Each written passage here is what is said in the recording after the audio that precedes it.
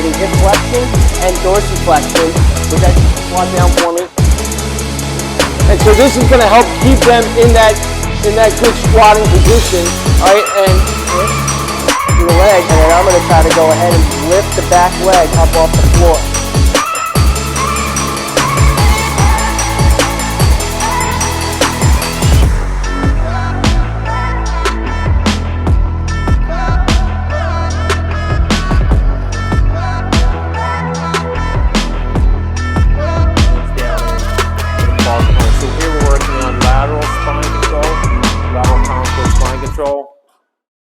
Strap them in it.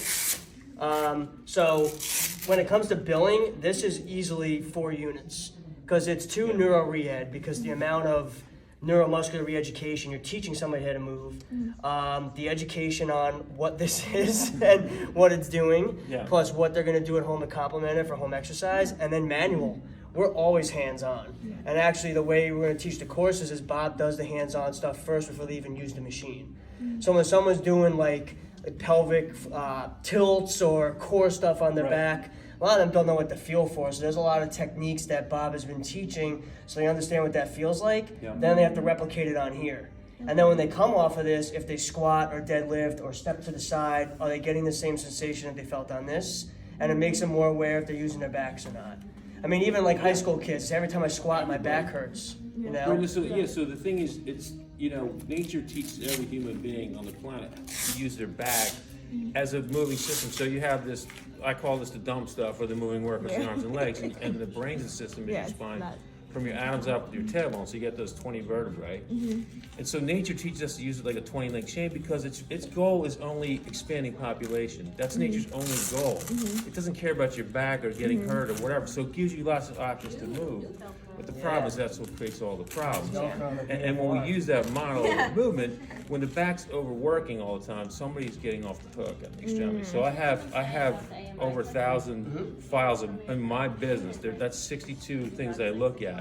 It tells me what model they're using because they have all these deficits that always show up because the back's overworking, and then there's somebody in the extremity is getting off the hook, right? So I know what's going to be weak. This starts to build their spine, like we're turning that 20-link chain into like a steel column, like this. So they start to feel different experiences in their legs and arms because now you're making those guys do all the work. So we're switching the model, what nature teaches everybody, this to this. And so things start to show up you didn't know even were there, or how to test them. So when I test somebody, I already know which model of movement they're using, this. Right? And then I can quickly take them to this other way to move by using this column system, because that's forcing the back to start to be like a column. So this you want to start with the straight pull down? Yeah, so this column force, if you're hooking your feet and hands in, you're giving your brain feedback on what the spine is supposed to feel like. It's supposed to be like this non-moving foundation, not a moving system that nature teaches us to use it as a survival mechanism, right? That's really the goal of nature is like I said, it's just expand population. It doesn't care about what happens along the way. And so we just try to get the user to start to feel it. So like an infant, we can start on the ground, and that's the best way to do it, because they really can't use their back as a moving system when we're doing the exercise. So the first thing we'll start with is just a straight arm pull down. So go ahead, pull it down. Now with the arm straight, now she can feel the tension if she's arching her back. So if she pulls down, is she doing this? And you'll see a lot of people go right to that position. So now they have to stabilize, and they don't have to be like back flat against, because sometimes people's like butt anatomy is going to push them off the ground. It's just, are they initiating from here, or are they stable and pulling down? So it's going to force them to use their arms and also their dorsiflexors, so it works on ankle mobility. Now if she held this and pumps her ankles up and down, now you can do dorsiflexion. But just with the isometric hold there, she's going to start getting that anterior tip, and then kind of coming back up, and especially as they come back up, making sure they're not arching.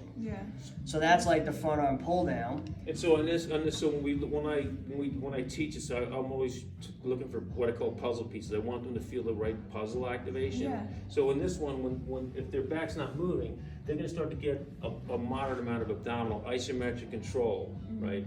So that's what we're looking for. So when we teach that, I'm like, are you feeling it here, or is your back moving like a chain?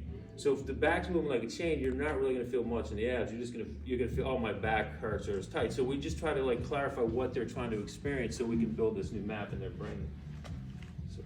So the other thing would be like an elbows to knee. So we would put you have like the furniture sliders, Yeah. which The bar cabinet on the other side. over here. Yeah.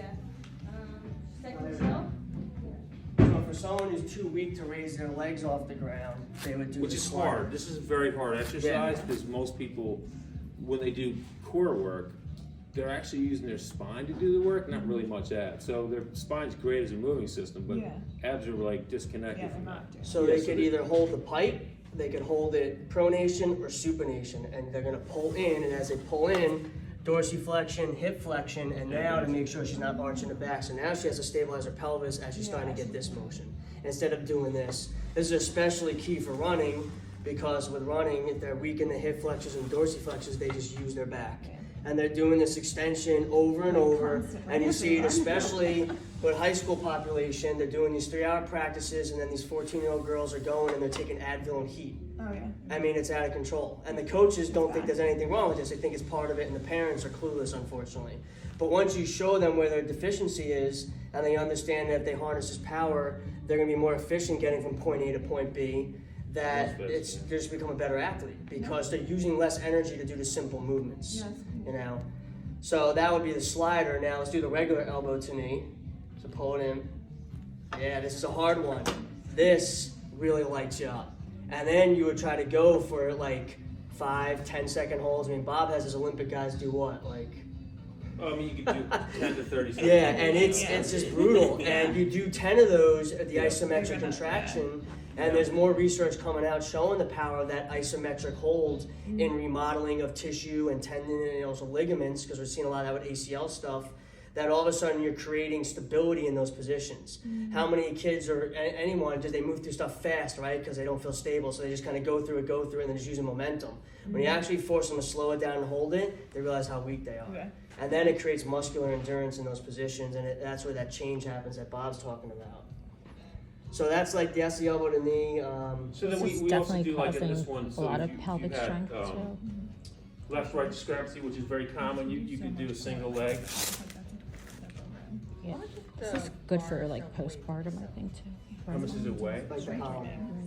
So the whole system is 15 I mean, pounds. I bet especially for C-section. No, It's aluminum. The new ones that you would get would be aluminum. Like this. So they're like easy to wipe down, no rust, nothing, and they're nice and smooth. I have some of the like older models, and they're good, but these are nice. Is this the newest model? Yeah, it's the newest Yeah, model. yeah.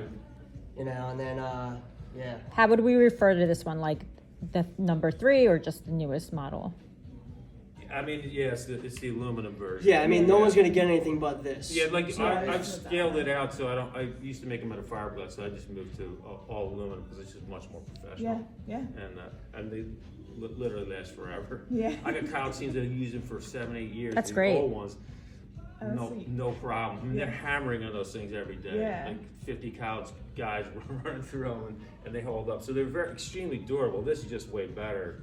Yeah. It's much smoother. So this cross ab would be like that running thing. We could work on left-right discrepancy here. So typically people don't have this diagonal skill. So a lot of times when they're starting out, we'll have them put both hands on. So we're trying to do like a running movement, you know. But so again, there's some variety. And like when I do the circuit course, I teach you. You know, the steps. How to, Just how to progress people and like what you're looking for, and what I call the hacks, what you need to feel. So it's not that complicated once you understand that.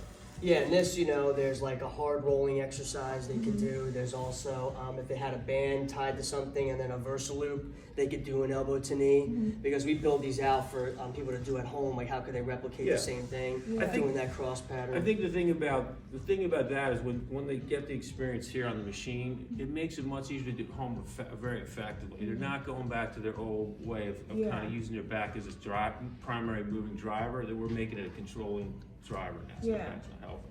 So their homework is much easier to solve. Put it on hands and knees. And now we're increasing the strength.